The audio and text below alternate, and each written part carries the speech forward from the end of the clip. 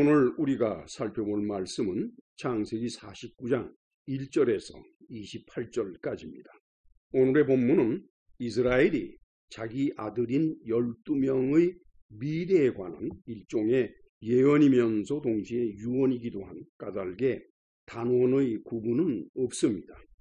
우선 제일 먼저 49장 1절에서 2절을 같이 읽도록 하십니다. 야곱이 그 아들들을 불러 이르되 너희는 모이라.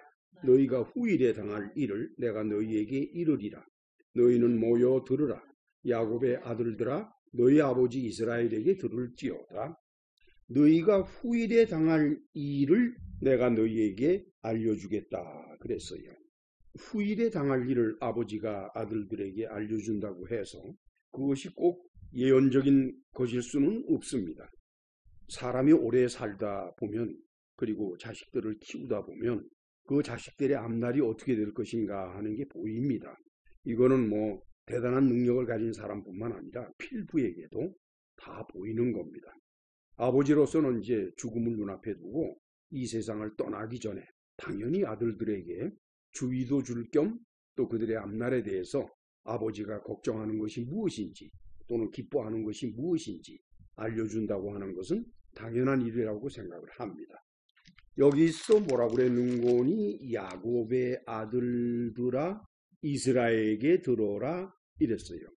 그러니까 야곱은 지금 자기 이름을 야곱이라고도 말하면서 동시에 이스라엘이라고도 말하는데, 야곱이라는 이름을 쓸 때는 야곱의 아들들이다 라고 하고, 아버지가 지금 자식들 앞에서 그들의 앞날에 관해서 말을 하고자 할 때는 자기가 이스라엘이다 이렇게 표현하고 있는 겁니다.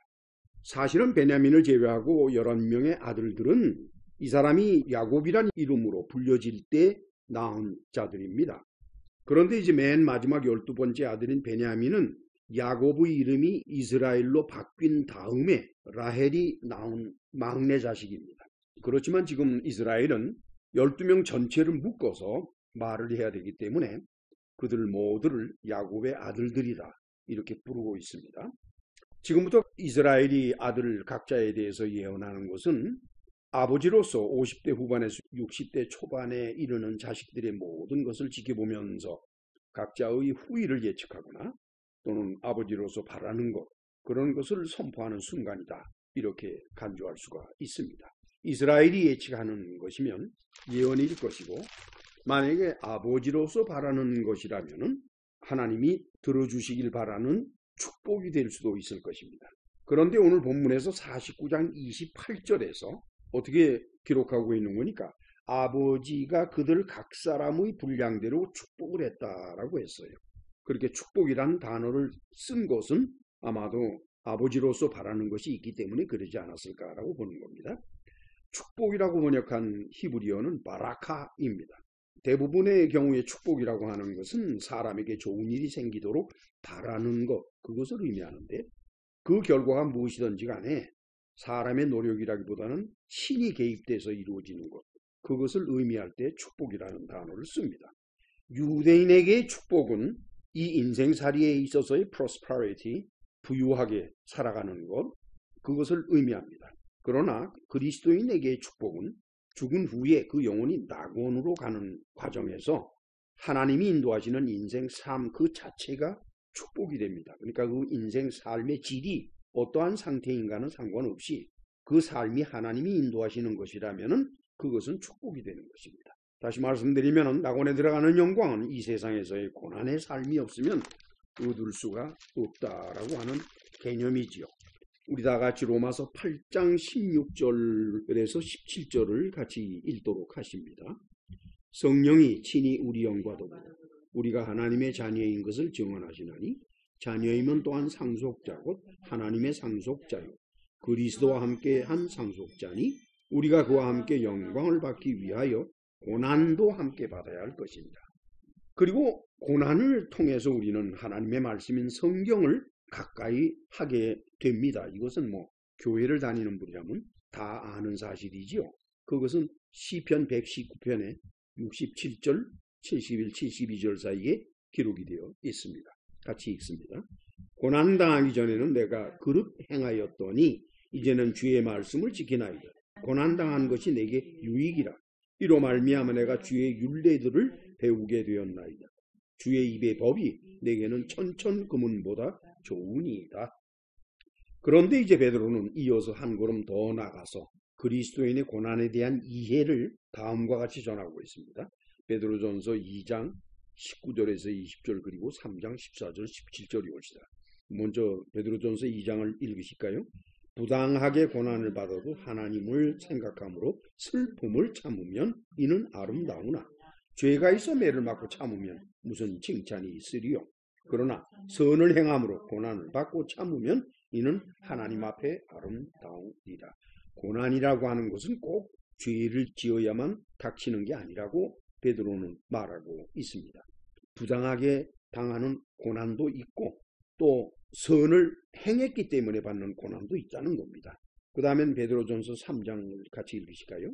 그러나 의를 위하여 고난을 받으면 복이 있는 자니 그들이 두려워하는 것을 두려워하지 말며 근심하지 말고 선을 행함으로 고난받는 것이 하나님의 뜻일진데 악을 행함으로 고난받는 것보다 나으니라. 때에 따라서는 고난받는 것 그 자체가 하나님의 뜻일 수가 있다라고 하는 것입니다. 다시 본문으로 돌아와서 3절과 4절을 같이 읽으실까요? 르우벤아 너는 내 장자요 내 능력이요 내 기력의 시작이라. 위풍이 월등하고 권능이 탁월하다마는 물의 끓음 같았은즉 너는 탁월하지 못하리니 네가 아버지의 침상에 올라 더럽혔음이로다. 그가 내 침상에 올랐었도다. 르우벤은 장자죠. 따라서 야곱의 능력이고 기력의 시작이다. 당연한 것입니다. 그런데 무엇이라고 말하는 거니? 너는 물의 끓음 같았다라고 이렇게 말하고 있습니다. 이 물의 끓음 같다라고 번역을 한 히브리어가 팍한 카마임이에요. 근데 여기서 팍한 그러면 끓는 것을 말하는 것이 아니라 완통하다는 거예요. 변덕스럽다는 거. reckless, 부주의한 것. 그래서 유대인의 영어 번역인 타낙에서는 이것을 물의 끓음이라고 그러지 않고 unstable이라고 그랬어요. 불안정하다, 즉 물같이 불안정하다는 것입니다. 물은 꼭 끓어야만 불안정한 게 아닙니다, 여러분. 물 그릇을 흔들면은 물은 가만히 못 있어요. 흔들어지게 돼 있어요. 그래서 물은 불안정한 것입니다. 그리고 여기서 이스라엘이 뭐라 그러는 거니? 네가 아버지의 침상에 올랐다라고 말하고 있어요. 이게 어떤 사건일까요? 우리 창세기 35장 19절로 22절인데 같이 읽으실까요? 라헬이 죽음에 에브랏 곧 베들레헴 길에 장사되었고 야곱이 라헬의 묘에 비를 세웠더니 지금까지 라헬의 묘비라 일컫더라. 이스라엘이 다시 길을 떠나 에델 망대를 지나 장막을 쳤더라. 이스라엘이 그 땅에 거주할 때에 루벤이 가서 그 아버지의 첩 빌하와 동침함에 이스라엘이 이를 들었더라. 장남인 루벤이 소모니까 아버지의 첩이 되죠. 빌하인데 빌하는 라헬의 몸종이었습니다. 그런데 라헬이 죽었기 때문에 빌하는 자유로워졌지요. 물론 빌하는 라헬의 몸종이었지만은 야곱의 부인으로서 자식을 낳았었죠. 그래서 결국 루벤이 자기 아버지의 침상을 더럽힌 것이 되었습니다. 그 다음에는 본문의 5절에서 7절을 같이 읽으실까요? 시몬과 레위는 형제요 그들의 칼은 폭력의 도구로다. 내 호나 그들의 모의에 상관하지 말지어다. 내 영광아 그들의 집회에 참여하지 말지어다. 그들이 그들의 분노대로 사람을 죽이고 그들의 혈기대로 소의 발목 힘줄을 끊었음이로다. 그 노여임이 혹독하니 저주를 받을 것이요 분기가 맹렬하니 저주를 받을 것이라. 내가 그들을 야곱 중에서 나누며 이스라엘 중에서 흩으리로다. 시몬과 레위는 둘째 그리고 셋째 아들입니다. 두 사람 다 잔인한 사람들이라고 되어 있어요. 그들이 사람을 죽였다는데 어떤 사건이어서 사람을 죽였을지 창세기 34장에 그 내용이 기록되어 있습니다. 창세기 34장 1절 2절 먼저 읽으실까요? 레아가 야곱에게 낳은 딸 디나가 그 땅의 딸들을 보러 나갔더니 히위 족속 중 하몰의 아들 그 땅의 추장 세겜이 그를 보고 끌어들여 강간하여 욕되게 했다 해서 레아가 낳은 야곱의 딸 디나가 욕을 당했습니다. 그런데 그 세겜이 막상 디나를 만나보고 나니까 디나에게 마음이 많이 가서 디나와 결혼을 해야 되겠다고 생각을 해서 간청을 합니다.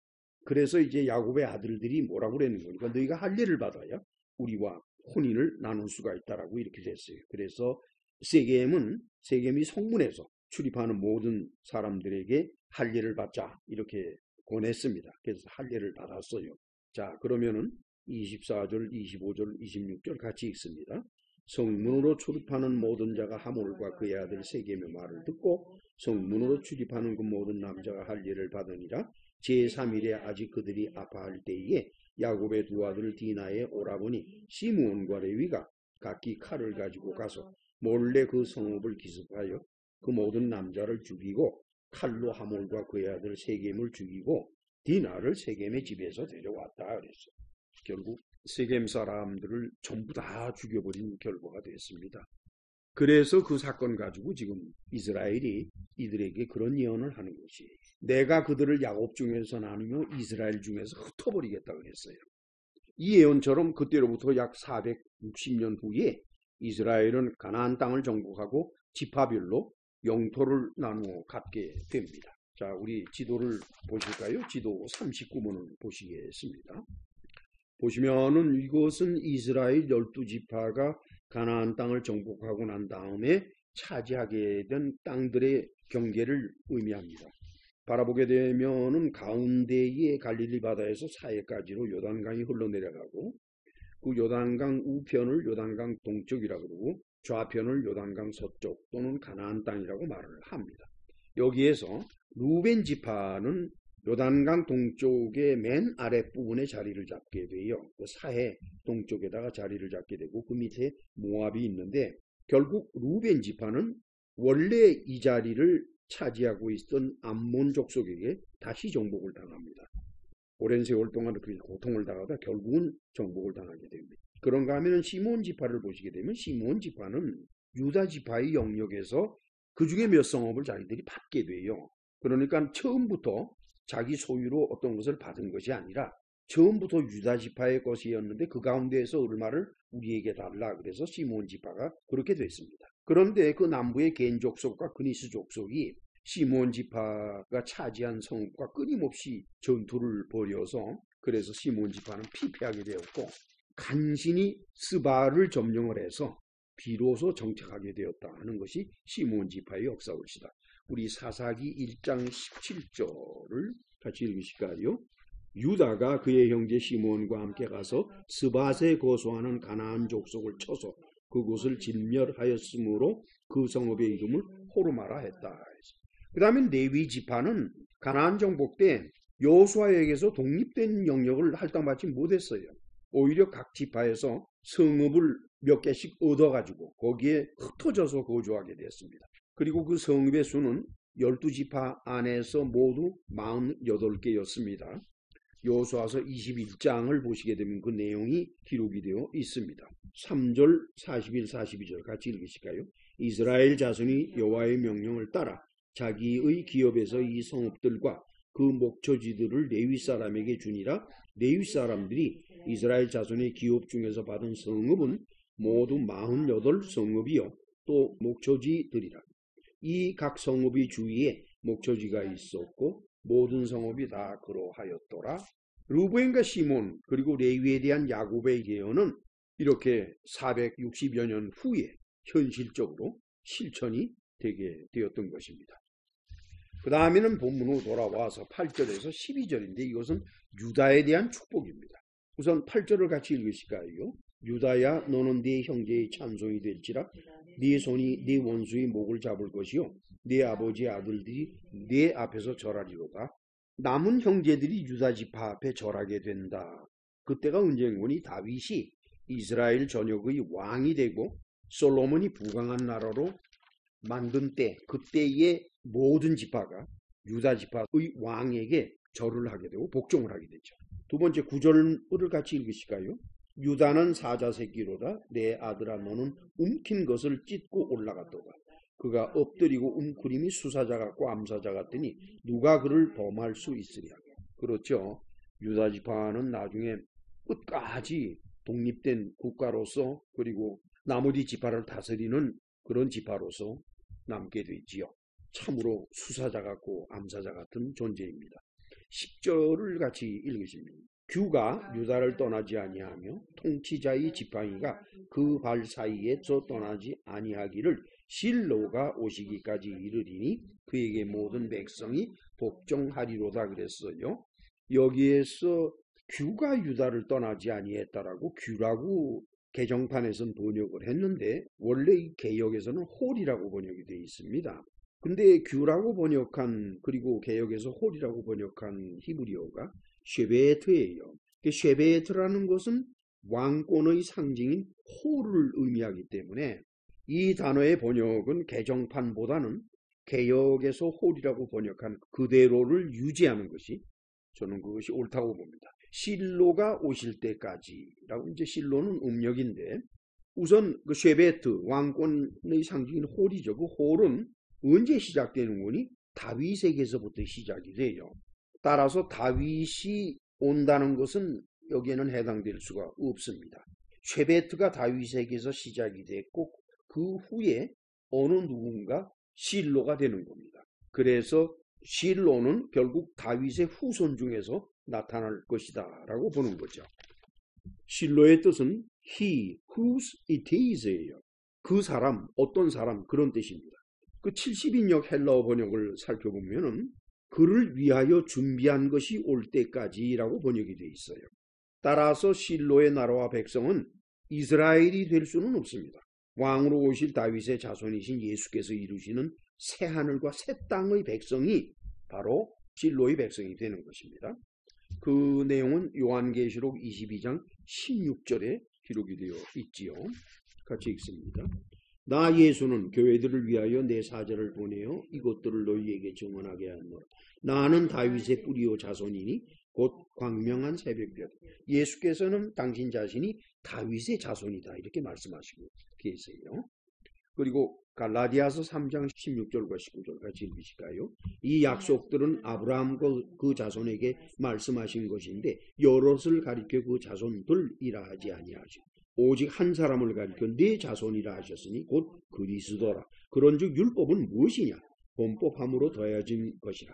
천사들을 통하여 한 중보자의 손으로 베푸신 것인데 약속하신 자손이 오시기까지 있을 것이다 그랬어요.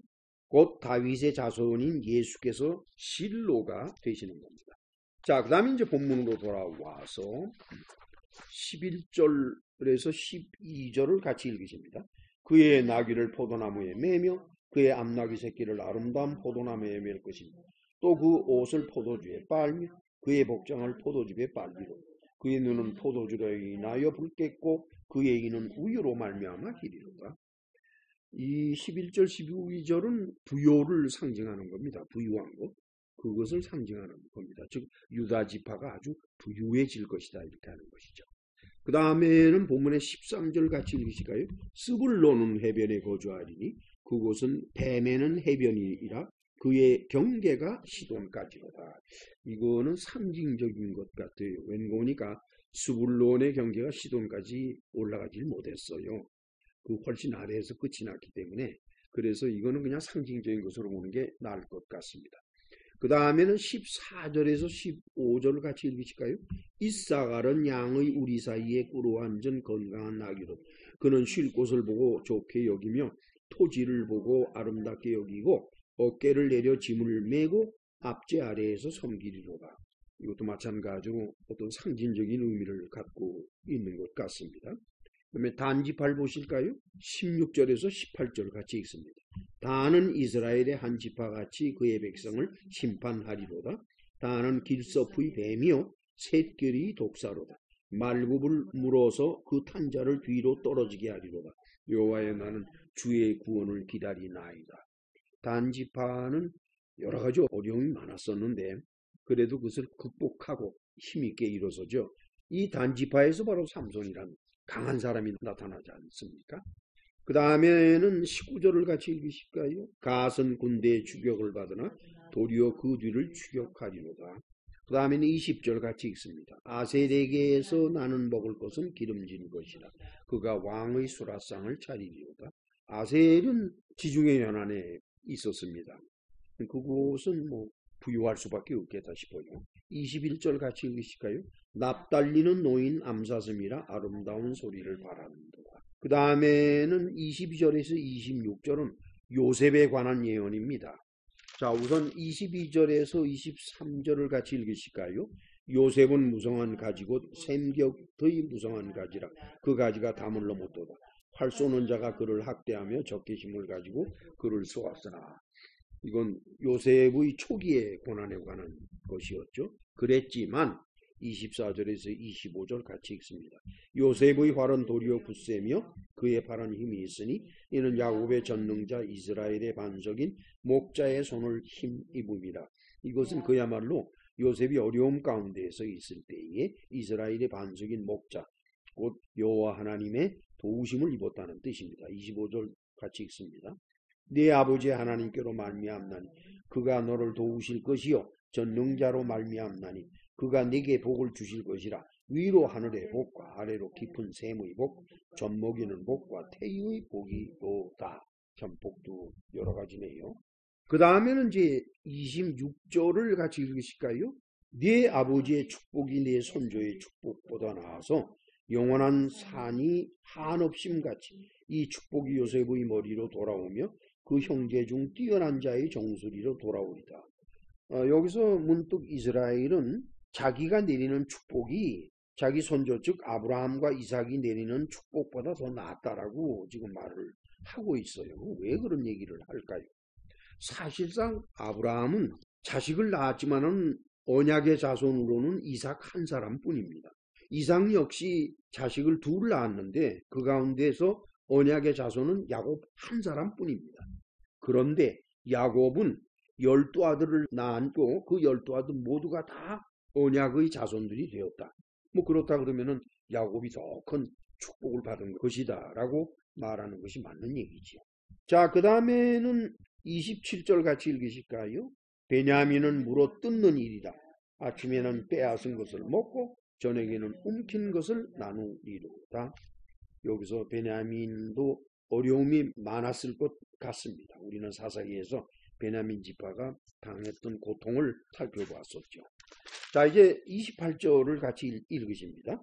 이들은 이스라엘의 12지파라. 이와 같이 그들의 아버지가 그들에게 말하고 그들에게 축복하였으니 곧 그들 각 사람의 분량대로 축복을 했다라고 되어 있어요. 각 사람의 분량대로 축복을 했다 그랬는데 그 미르카토 브라크입니다. 그래서 미르카토는 그 어원이 미라카이고 브라크는 그 어원이 바라크입니다. 이 바라크는 동사고 미라카는 명사입니다. 그 둘 다 축복이에요. 바라크는 축복하다, 미라카는 축복 이렇게 됩니다. 두 개가 중복이 되죠. 그런데 우리말 번역이나 영어 번역에서는 축복이라고 번역을 했는데 유대인의 영어 번역인 타낙에서는 그렇게 번역을 안 했어요. 어떻게 번역을 했는 겁니까?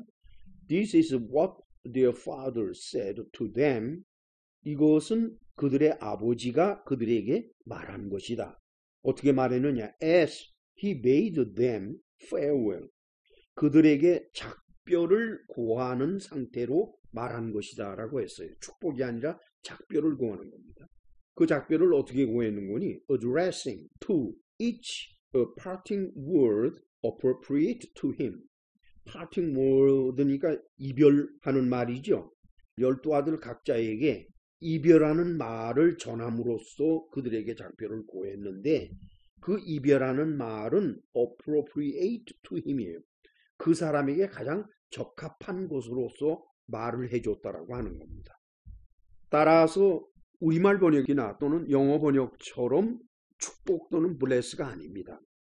12아들에게 말하는 것은 사실상 축복도 아니고 예언도 아닙니다. 지금 야곱은 죽어가고 있습니다. 그리고 다음 주에 우리가 살펴보겠습니다만은 이 말을 마치고 야곱은 죽습니다. 따라서 아버지로서 죽기 전에 마지막으로 주고 싶은 말이 있었는데 그것을 당부하는 그 과정이 바로 오늘 우리가 살펴본 본문 말씀입니다. 물론 야곱은 이별의 말로 이것을 말을 했지만은 하나님은 이것이 현실화되도록 나중에 역사를 해주셨죠. 자, 이렇게 해서 우리는 오늘의 본문 말씀의 강해를 완료했습니다. 이제 우리는 말씀 속에서 오늘을 사는 우리 그리스도인들에게 주시는 메시지가 무엇일까? 그것을 찾고자 하는데 그 메시지는 28절에 담겨 있습니다. 다시 28절을 읽도록 하십니다. 이들은 이스라엘이 12지파라 이와 같이 그들의 아버지가 그들에게 말하고 그들에게 축복하였으니 곧 그들 각 사람의 분량대로 축복하였더라. 우리말 번역에서는 각 사람의 분량대로 축복했다라고 되어 있죠. 그러나 아까도 말씀드린 것처럼 유대인의 영어 번역인 타낙에서는 다음과 같이 기록이 되어 있습니다. 이미 설명한 것이지만 우리 다시 자세히 살펴보도록 합시다. This is what their father said to them as he bade them farewell, addressing to each a parting word appropriate to him. 각 사람에게 적합한 이별의 말을 해주는 것으로서 그들의 아버지는 그들에게 작별을 고하는 말을 한 것이다. 이것이 바로 유대인의 타낙 번역입니다. 기독교 교회에서 영어로는 blessing으로 번역을 하고 우리말로는 축복으로 번역하는 것을 유대인은 farewell parting word로 번역을 했습니다. 이별의 말로 번역을 했던 것입니다.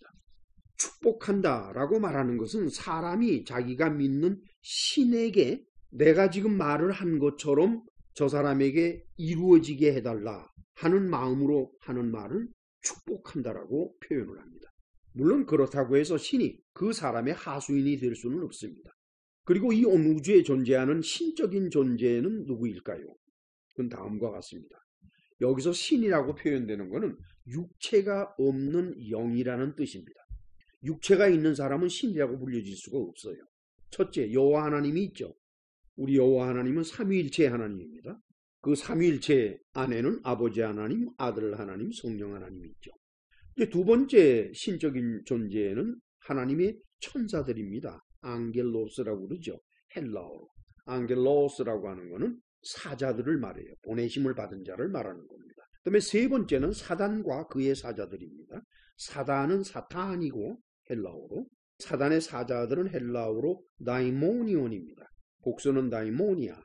우리말로는 이제 귀신이라고 번역을 합니다만 영어로는 디몬이 됩니다. 그 다음에는 이제 네 번째 신적인 존재 영은 그리스도의 영이 있습니다. 푸뉴마 크리스토우, 그리스도의 푸뉴마 영 이렇게 되는 거죠.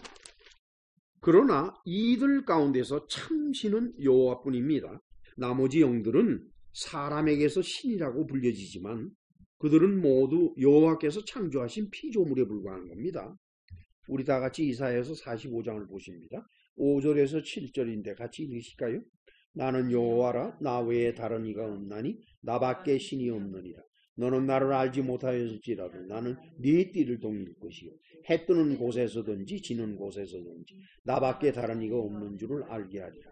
나는 여호와라 다른 이가 없느니라. 나는 빛도 짓고 어둠도 창조하며 나는 평안도 짓고 환난도 창조하나니 나는 여호와라 이 모든 일들을 행하는 자니라 하셨느니라 그랬어요. 여호와께서 모든 것을 창조하시는 여호와만이 오직 유일한 신이라고 하는 것이죠.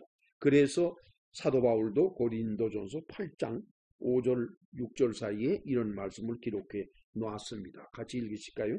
비록 하늘에나 땅에나 신이라 불리는 자가 있어 많은 신과 많은 주가 있으나 그러나 우리에게는 한 하나님 곧 아버지가 계시니 만물이 그에게서 났고 우리도 그를 위하여 있고 또한 한 주 예수 그리스도께서 계시니 만물이 그로 말미암고 우리도 그로 말미암아 있느니라 그랬어요. 비록 하늘에나 땅에나 신이라 불리는 존재가 많다. 당연하죠. 그리고 주가 또 얼마나 많습니까? 그러나 유일한 신은 한 하나님 곧 아버지 하나님이 계시다는 거지요. 그 아버지 하나님은 만물을 창조하시고 만물 위에 계신 분이라고 하는 것입니다. 이 신적인 존재들인 영, 그들 가운데 하나님의 천사들은 사람 앞에서 하나님 행세를 절대로 하지 않습니다. 뿐만 아니라 사람에게서 경배를 받지도 않습니다. 경배하려 하면 피합니다. 그 천사들은 하나님의 메신저로서 하나님의 말씀을 인간에게 전하고 또 인간 세상의 일을 하나님께 보고하는 그런 일을 할 뿐입니다. 그리고 하나님이 명령하시는 일을 또한 수행하지요. 그리고 그들은 하나님의 선택을 받아서 그리스도의 영을 받은 사람들, 낙원으로 가는 사람들이죠. 그들을 이 세상에서 보호하는 일을 맡고 있습니다. 자, 우리 히브리서 1장 14절을 같이 읽습니다. 모든 천사들은 섬기는 영으로서 구원받을 상속자들을 위하여 섬기라고 보내심이 아니냐. 그리고 그리스도의 영은 창세전에 아들 하나님이 영이신 자기 몸에서, 즉 아들 하나님의 몸은 영입니다. 그 몸에서 만들어내는 영들이 바로 그리스도의 영입니다. 이것은 훗날 아버지 하나님께 선택을 받은 사람들에게 주어질 영인 것입니다. 이 그리스도의 영을 받은 사람만이 위로부터 태어난 사람이 되는 거죠. 그리고 아들 하나님이신 예수 그리스도와 하나가 되는 것입니다. 그 사연은 요한복음 3장 3절 그리고 5절에서 7절에 기록이 되어 있지요. 같이 읽습니다. 예수께서 대답하여 이르시되 진실로 진실로 내게 이르노니 사람이 거듭나지 아니하면 하나님의 나라를 볼 수 없느니라. 예수께서 대답하시되 진실로 진실로 내게 이르노니 사람이 물과 영으로 나지 아니하면 하나님의 나라에 들어갈 수 없느니라. 육으로 난 것은 육이요 영으로 난 것은 영이니 내가 너에게 거듭나야 하겠다는 말을 놀랍게 여기지 말라. 그리고 예수께서는 그리스도의 영을 받는 것을 당신의 살을 먹고 피를 마시는 것이라고 비유를 했어요. 즉 그리스도의 영은 당신의 몸이라는 겁니다. 곧 살이고 피라는 것이죠. 그것은 요한복음 6장 53절에서 57절 사이에 기록이 되어 있습니다. 같이 읽으실까요? 예수께서 이르시되 내가 진실로 진실로 너희에게 이르노니 인자의 살을 먹지 아니하고 인자의 피를 마시지 아니하면 너희 속에 생명이 없느니라. 내 살을 먹고 내 피를 마시는 자는 영생을 가졌고 마지막 날에 내가 그를 다시 살리리니 내 살은 참된 양식이요 내 피는 참된 음료로다. 내 살을 먹고 내 피를 마시는 자는 내 안에 거하고 나도 그의 안에 거하나니 살아계신 아버지께서 나를 보내심에 내가 아버지로 말미암아 사는 것까지 나를 먹는 그 사람도 나로 말미암아 살리라. 물론 교회에서는 예수님의 살을 먹고 피를 마신다는 것을 성찬 예식으로 비유를 해서 말하고 있습니다만 예수님이 하신 말씀은 성찬이 아닙니다. 예수님의 몸을 말하는 겁니다. 그 몸은 우리 육신처럼 살과 피가 있는 그런 몸을 말하는 것이 아니라 원래 예수님은 하나님이시기 때문에 하나님은 영이십니다. 따라서 그 영을 먹으라는 거예요. 어떻게 우리가 영을 먹습니까? 그것은 창세전에 예수께서 당신의 몸, 영으로부터 만들어낸 그리스도의 영, 그것을 우리가 받는 것을 말하는 거죠. 그런데 요한복음 3장 3절 그리고 7절에서 우리말로 거듭나다라고 번역된 헬라어, 그 헬라어의 본래의 뜻은 거듭난다는 게 아닙니다.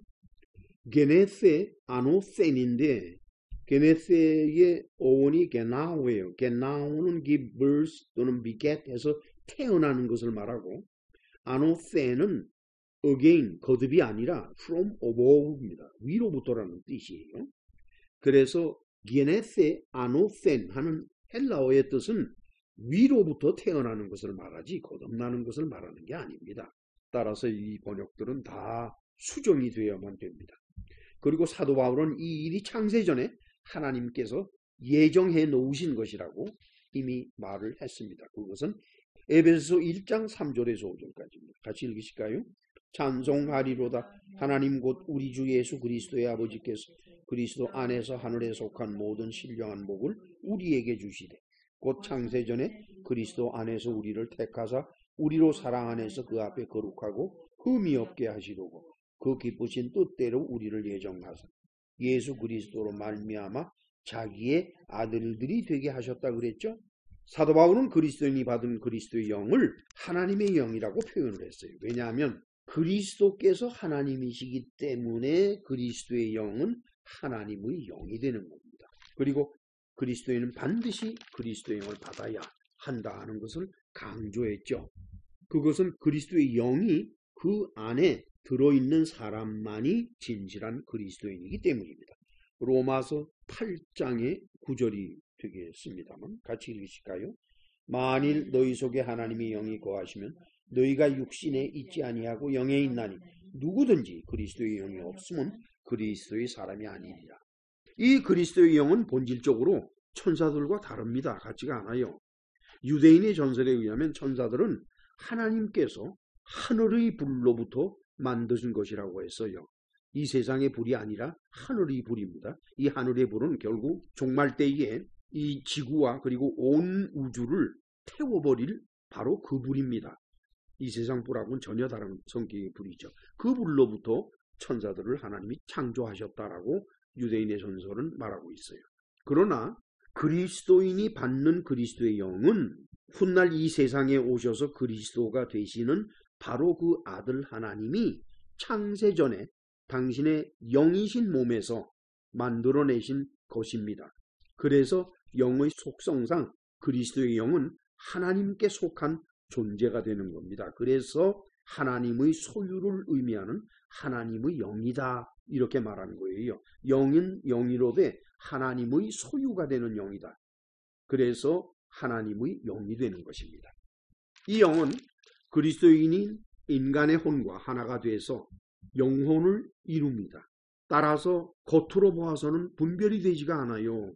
어느 누구도 그리스도의 영이 있는지 그거 분별할 수가 없습니다. 그거 알아보려고 애쓰지 마세요. 불가능해요. 그 내용이 요한복음 3장 8절에 기록이 되어 있는데 같이 읽으실까요? 바람이 임의로 불매 네가 그 소리는 들어도 어디서 와서 어디로 가는지 알지 못하나니 영으로 난 사람도 다 그러하니라 그랬어요. 따라서 그리스도의 영을 받은 진실한 그리스도인은 절대로 하나님 행세를 하지 않습니다. 그렇기 때문에 교회에서 기독교인 중에서 하나님 행세를 하는 사람이 있어요. 내가 하나님이다라는 말은 안 해도 자기가 말하는 것을 다 하나님이 이루어 주신다는 식으로 말을 하면서 마치 자기가 하나님인 것처럼 행세하는 사람이 있는데 그 사람들은 어김없이 그 안에 그리스도의 영이 없는 사람입니다. 그렇기 때문에 그가 하나님 행세를 할 수가 있어요. 서로 그가 직분상으로 목사나 신부일지라도 이것은 올바른 자세가 아닙니다. 이 영적 존재들 가운데 하나님 행세를 하는 것은 사단과 그의 사자들입니다. 따라서 진실한 그리스도인은 축복을 해서도 안 되고 저주를 해서도 안 됩니다. 축복을 해도 저주를 해도 모두가 실제로 하나님이 그걸 하셔야 되는데 그러면 만약에 사람이 축복을 하고 사람이 저주를 한다 그러면은 신의 영역을 침범하는 것이잖아요. 자기의 뜻대로 하나님이 움직여서 축복도 하고 저주도 달라 그 얘기 아닙니까? 이것은 그렇게 되어서는 안 됩니다. 그런데 사단은 이 세상에서의 인생 문제에 개입을 합니다.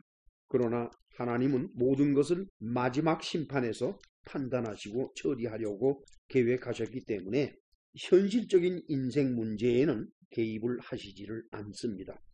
다만 이스라엘을 특별히 보살피시던 그 손길로 하나님의 선택을 받은 진실한 그리스도인의 인생길을 인도하고 계시다 하는 사실을 잊어서는 안 될 것입니다. 우리 다 같이 마태복음 6장 31절에서 33절을 살펴보도록 합니다. 같이 읽으실까요? 그러므로 염려하여 이르기를 무엇을 먹을까 무엇을 마실까 무엇을 입을까 하지만 이는 다 이방인들이 구하는 것이다. 너희 하는 아버지께서 이 모든 것이 너희에게 있어야 할 줄을 아시니 그런즉 너희는 먼저 그의 나라와 그의 의를 구하라. 그리하면 이 모든 것을 너희에게 더하시리라.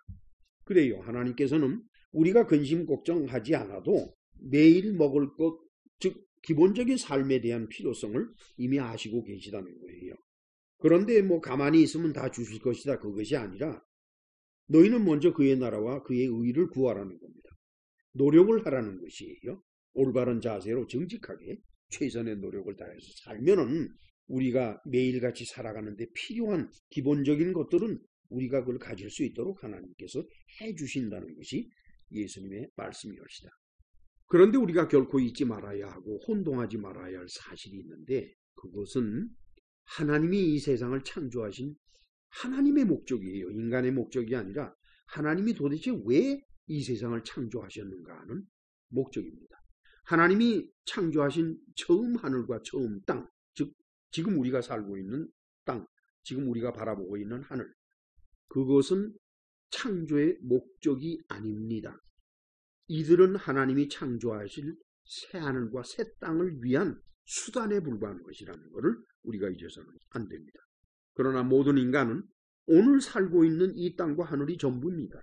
그래서 그들은 이 땅과 하늘을 유지하려고 애를 쓰고 이용하려고 노력하고 그렇게 해서 자신의 인생 삶을 풍요하고 의미 있게 갖추어 나가려고 최선을 다하고 있는 겁니다.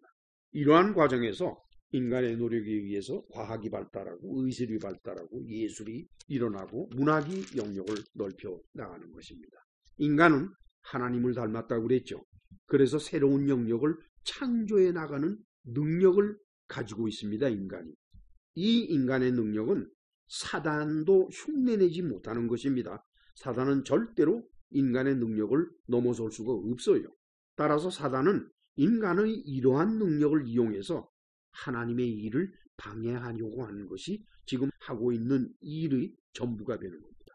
다만 인간은 보이지 않는 영적 존재에 대한 두려움을 가지고 있고 또한 죽음에 대한 두려움을 가지고 있기 때문에 도리 없이 이 사단의 종이 되어서 살아가고 있는 것입니다. 우리 다 같이 히브리서 2장 14절에서 15절을 같이 읽으십니다.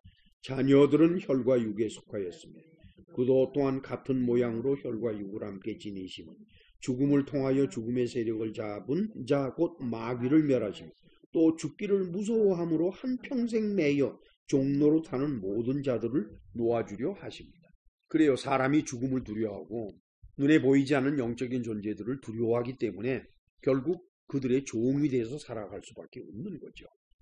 그런데 사단은 이 세상의 종말이 와서 처음 하늘과 처음 땅이 모두 하나님의 불에 타서 없어지고 나면 도리 없이 자기와 자기 일을 따르는 사자들은 불못으로 들어가서 영원한 형벌을 받게 된다는 것을 아주 잘 알고 있습니다. 그래서 사단은 인간 세상을 이용해서 예수님의 재림을 막으려고 노력을 하고 있는 것입니다. 웬고니가 불못에 가는 것은 예수께서 재림하시지 않는 한 자기들에게 일어나지가 않기 때문이에요. 그런데 하나님의 아들이신 예수께서 재림하신다. 어느 때가 예정된 것이 아니라는 겁니다. 시간인 때가 예정된 것이 아니라 하나님이 선택하시는 사람의 수가 하나님의 계획대로 다 채워질 때 그때가 기준이 되는 것이죠. 그래서 예수께서 재림하실 수가 있다는 거지요. 이것을 사도 바울은 이방인의 충만한 수라고 표현을 했습니다. 로마서 11장 25절에서 27절이죠. 같이 읽을까요? 형제들아 너희가 스스로 지혜 있다 하면서 이 신비를 모르기를 내가 원하지 아니하노니 이 신비는 이방인의 충만한 서가 들어오기까지 이스라엘의 도로는 우둔하게 된 것이 그리하여 온 이스라엘이 구원을 받으리라 기록된 거야. 구원자가 시온에서 오사 야곱에게서 경건하지 않은 것을 돌이키시겠고 내가 그들의 죄를 없이 할 때에 그들에게 이루어질 내 언약이 이것이라 함과 같으리라. 이방인의 충만한 수라 그랬어요. 이 헬라어는 아크리스 오토 플레로마 톤 에스논 에이셀세 이것을 우리말로 번역을 하면 다음과 같아요. 이방인의 들어오는 것, 곧 이방인의 계획된 구원이 완성이 될 때까지라는 뜻입니다.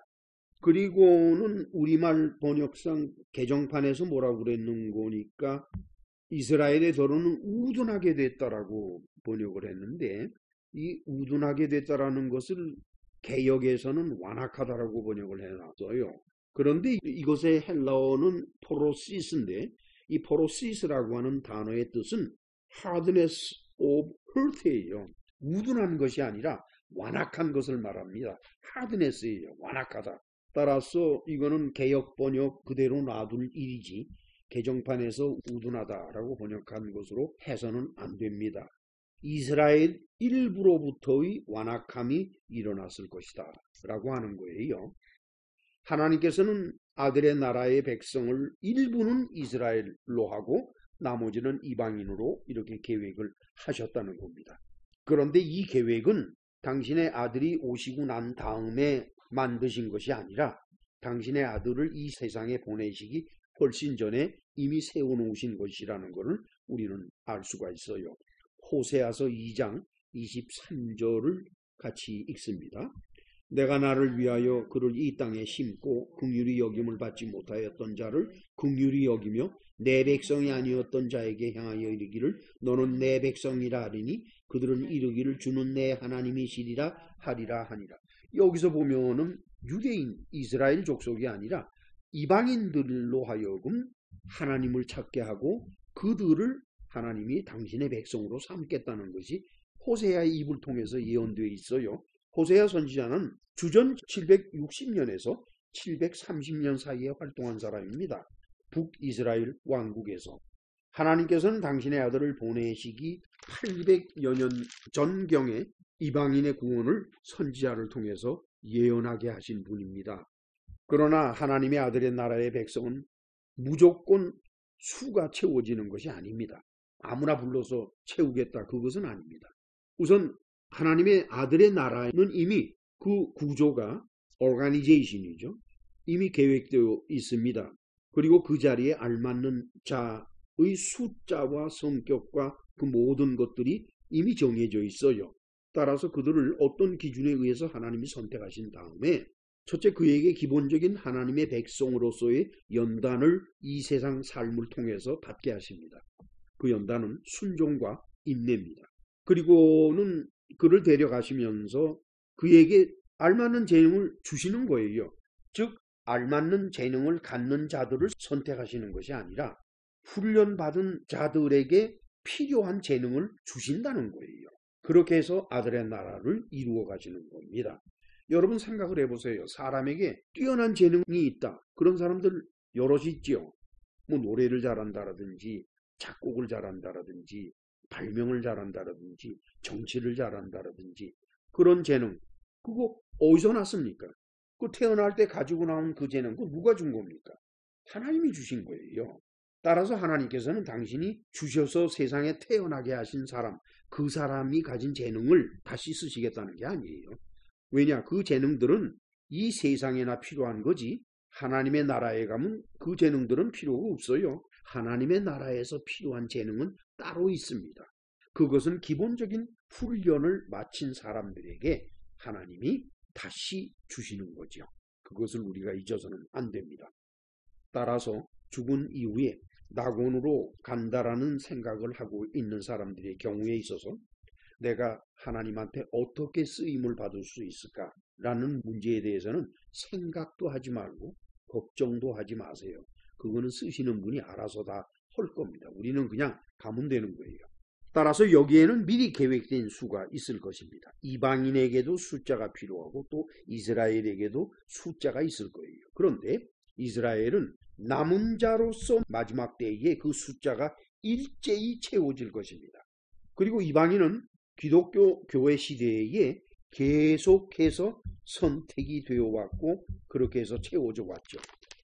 따라서 하나님의 아들이 재림하는 시기, 그때는 이방인의 수가 채워질 때입니다. 이것을 사단은 알고 있는 것입니다. 따라서 사단은 종말을 오지 않도록 막는 것이 그의 목적이기 때문에 종말은 하나님의 아들이 재림하심으로써 오는 거니까 종말을 늦추려 하면은 하나님의 아들이 재림하는 것을 늦추어야 되는데 하나님의 아들이 재림하는 것은 이방인의 계획된 어떤 수가 채워질 때 이것이 일어날 것을 사단은 아는 거예요. 그래서 사단은 어떻게 해서든지 인간들을 유혹해서 하나님의 기준에 들어가지 못하도록 하는 겁니다. 이 일을 위해서 사단은 기독교인을 탐욕으로 채우고 탐심의 우상을 섬기도록 유혹을 해왔습니다. 지난 2000년 세월 동안. 결국 기독교 교회는 낙원에 가는 것을 죽어서 좋은 데로 가는 것이다 하는 식으로 종교화시켰죠. 교회에서 천국 간다는 거 여러분도 수없이 들었지 않습니까? 그 뜻이 뭡니까? 죽은 다음에 좋은 데 가는 거잖아요. 그 종교화된 거예요. 이름만 달라지 다 똑같은 겁니다. 낙원이나 극락이나 다 같은 것들이에요. 그리고 뭐 토속신앙에서는 아이고 뭐 돌아가신 선친께서는 좋은 데 가셨을 겁니다. 그런 말 많이 듣잖아요. 그리고는 살아있는 동안 교회나 교인이나 이 세상에서의 부귀영화, 명예 이런 걸 추구하도록 했지요. 그게 바로 탐욕입니다. 그런데 인간은 세상에서 부귀영화와 명예를 추구하려면 도리 없이 신의 도움을 받아야 되는 겁니다. 그런데 생각해 보세요. 여호와는 이런 일을 안 하십니다, 여러분. 여호와 하나님 앞에 아무리 기도해 보세요. 여호와 하나님께서는 여러분들의 탐심을 채워주신 분이 아닙니다. 따라서 사단이 여호와의 자리에 자기 자신을 하나님으로 대치시켜 놨어요. 탐욕을 가지고 여호와를 부르면은 사단이 나다 그리고 그 앞에 나타나는 겁니다. 이거 잊어서는 안 됩니다. 이렇게 해서 신의 축복과 저주의 개념이 다시 살아나게 됐습니다. 여러분, 축복이란 단어는 주로 구약 성경에 있는 것입니다. 신약 성경에는 몇 개 없어요. 그리고 신약 성경에서 축복으로 번역한 헬라어의 뜻이 뭔 줄 압니까? 그 헬라어는 율로게오예요. 율로게오. 이 단어의 뜻은 speak well, 좋은 말 해주는 걸 말해요. 그리고 ask for favor, 그리고 무엇인가 좀 내게 도움이 되는 걸 달라는 그런 뜻입니다. 그것을 이제 우리말로 축복이라고 번역을 했는데, 그렇게 되면은 율로게오의 뜻과는 전혀 다른 한국식 축복이라는 개념이 기독교 교회를 점령하게 되는 겁니다.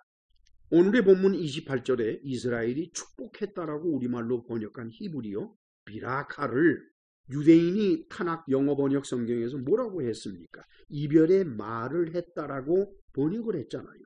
유대인은 축복의 개념을 없앤 겁니다. 그에 반해서 한국 기독교 교회나 영어권 기독교 교회나 이 기독교 교회들은 축복이라는 개념을 집어넣었습니다. 유대인은 지난 3000년 넘어 긴 세월을 유일하신 하나님을 섬기며 살아오면서 축복이라는 것의 허시를 수없이 겪어왔습니다. 그래서 야곱이 자식들에게 죽기 전에 남긴 말을 그들은 축복으로 번역을 할 수가 없었어요.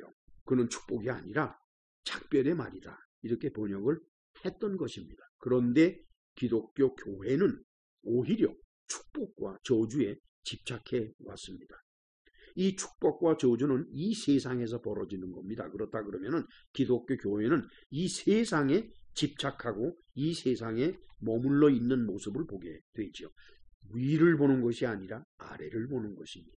교회가 위를 보지 않고 아래인 이 세상에서의 삶의 질, 거기에 온통 관심을 쏟는다. 그렇게 되면 교회는 큰 예배당을 짓는 것을 자랑할 것이고, 교인들이 많이 모여서 높임받는 교회가 되는 것을 자랑할 것입니다. 이것은 교인들 각자의 삶도 똑같습니다.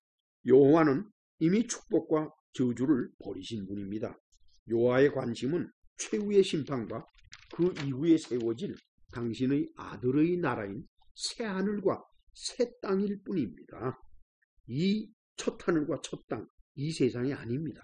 이 세상은 오직 아들의 나라 백성을 선택해서 연단시키는 한시적인 장소일 뿐입니다. 그리고 아들의 나라 백성들이 받는 축복은 이 세상에서 잘 먹고 잘 사는 것이 아니라 오히려 이 세상에서의 연단과 고된 삶, 그것이 당신의 아들의 나라의 백성들이 받는 축복이라는 거죠. 즉 하나님이 주시는 거라는 겁니다.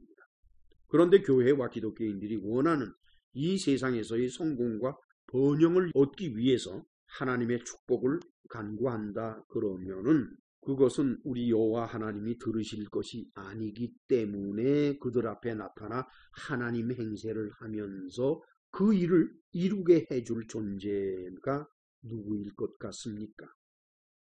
이것은 제가 답변하는 것보다 이 설교를 들으시는 분들이 스스로 생각하실 수 있는 것이라고 저는 믿습니다. 기도합시다. 전능하시고 자비로우신 하나님 아버지, 축복의 진정한 의미가 무엇인지도 모르면서 여전히 축복과 저주를 생각하고 있는 기독교 교회의 모습에서 우리는 하나님의 자녀로서 이 세상을 살아가는 근본적인 자세에 관해서 다시 생각할 수밖에 없게 됩니다. 주님의 나라에 가서 주님의 백성이 되고자 하는 우리가 겨우 세상에서 잘 사는 것을 축복이라고 생각한다 그러면 얼마나 한심한 일이 되겠습니까? 주께서 저들을 불쌍히 여겨 주시어서 하나님이 주시는 진정한 복이 무엇인지를 깨달을 수 있도록 인도하여 주옵소서. 예수님의 이름으로 기도합나이다. 아멘. 하늘에 계신 우리 아버지여, 이름이 거룩히 여김을 받으시오.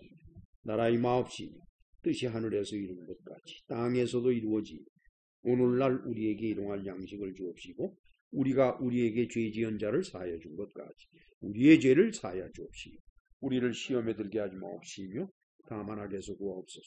내게 나라와 권세와 영광이 아버지께 영원히 있사옵나이다. 아멘.